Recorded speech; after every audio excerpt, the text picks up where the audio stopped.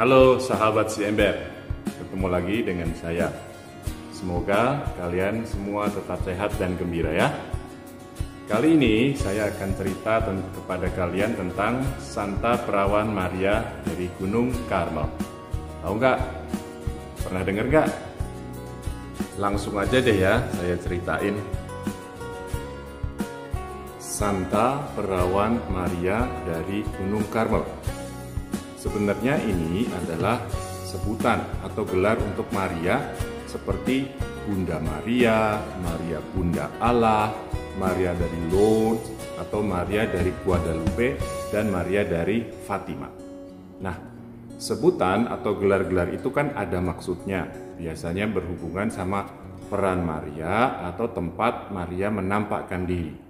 Begitu juga sebutan atau gelar mulia Santa Perawan Maria dari Gunung Karmel. Ya, udah tahu belum apa artinya? Pertama, saya ceritain sedikit tentang Gunung Karmel dulu ya. Kalian tahu nggak Gunung Karmel ada di mana? Gunung Karmel itu ada di Palestina. Boleh cari di Google, atau kalau punya kitab suci lebih gampang, buka bagian belakangnya. Nah, di situ ada peta. Nah, di situ kalian bisa nemuin lokasinya Gunung Karmel. Posisinya di sebelah barat Palestina, di dekat Laut Tengah. Pernah dengar nggak penampakan Maria di Gunung Karmel? Pasti enggak. Nah, karena memang nggak pernah. Bunda Maria nggak pernah menampakkan diri di sana ya. Nah, terus kenapa dong ada sebutan Santa Perawan Maria dari Gunung Karmel? Gini ceritanya.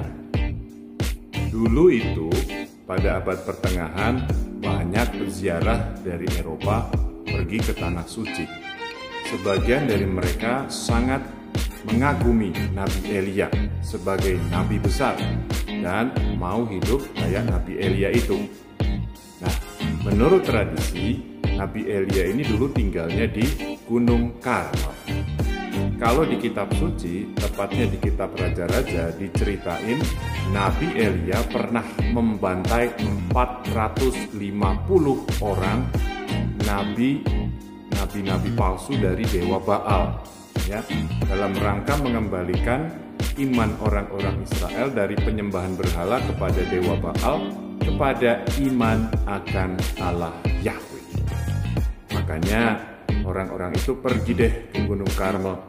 Mereka ke sana bukan cuma untuk ziarah, ya, tetapi mereka tinggal di sana di Gunung Karmel dengan cara hidup seperti cara hidupnya Nabi Elia. Meskipun perginya ke sana sendiri-sendiri dan gak saling kenal, tapi akhirnya kan mereka ketemu di sana dan sepakat bikin komunitas. Sebagai pribadi-pribadi maupun sebagai komunitas, mereka juga sangat mencintai dan menghormati Santa Maria. Salah satu ungkapannya adalah mereka bikin kapel di tengah-tengah gua-gua tempat tinggal mereka, dan kapel itu dipersembahkan kepada Maria. Nah, akhirnya muncul deh sebutan Santa Perawan Maria dari Gunung Karmel. Komunitas atau kelompok pertapa itu kemudian menyebut dirinya sebagai Ordo Saudara-saudara Santa Perawan Maria dari Gunung Karmel, atau lebih dikenal dengan sebutan Ordo Karmel. Gimana? Lumayan ya? Sudah tahu sedikit tentang gelar atau sebutan Santa Perawan Maria dari Gunung Karmel. Next, perayaannya.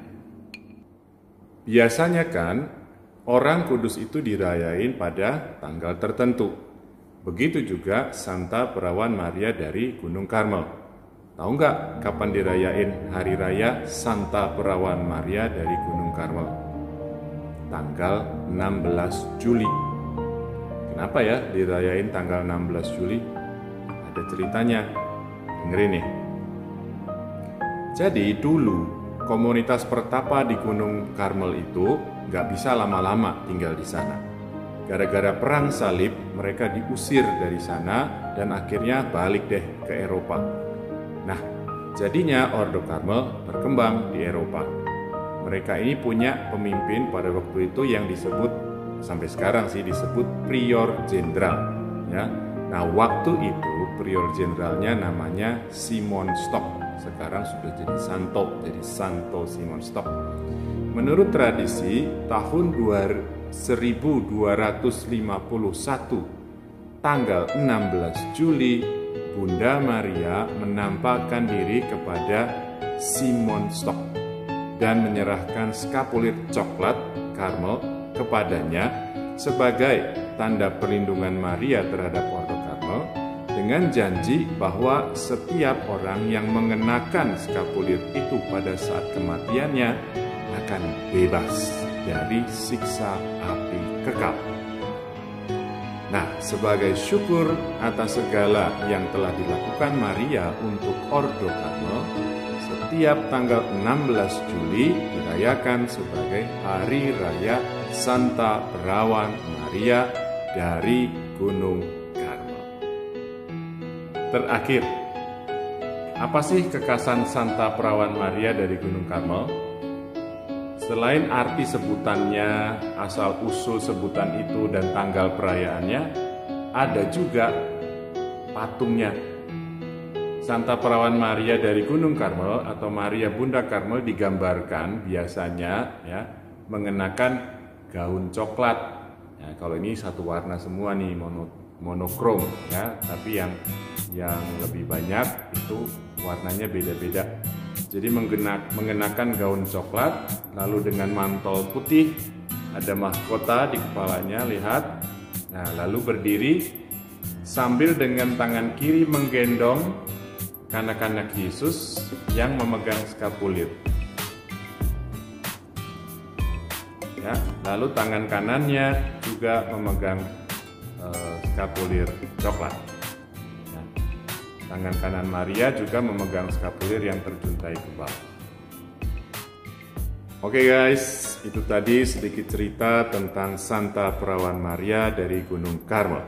Semoga itu bermanfaat untuk kalian. Ya, tetap menginspirasi, tetap berkontribusi. Tuhan memberkati.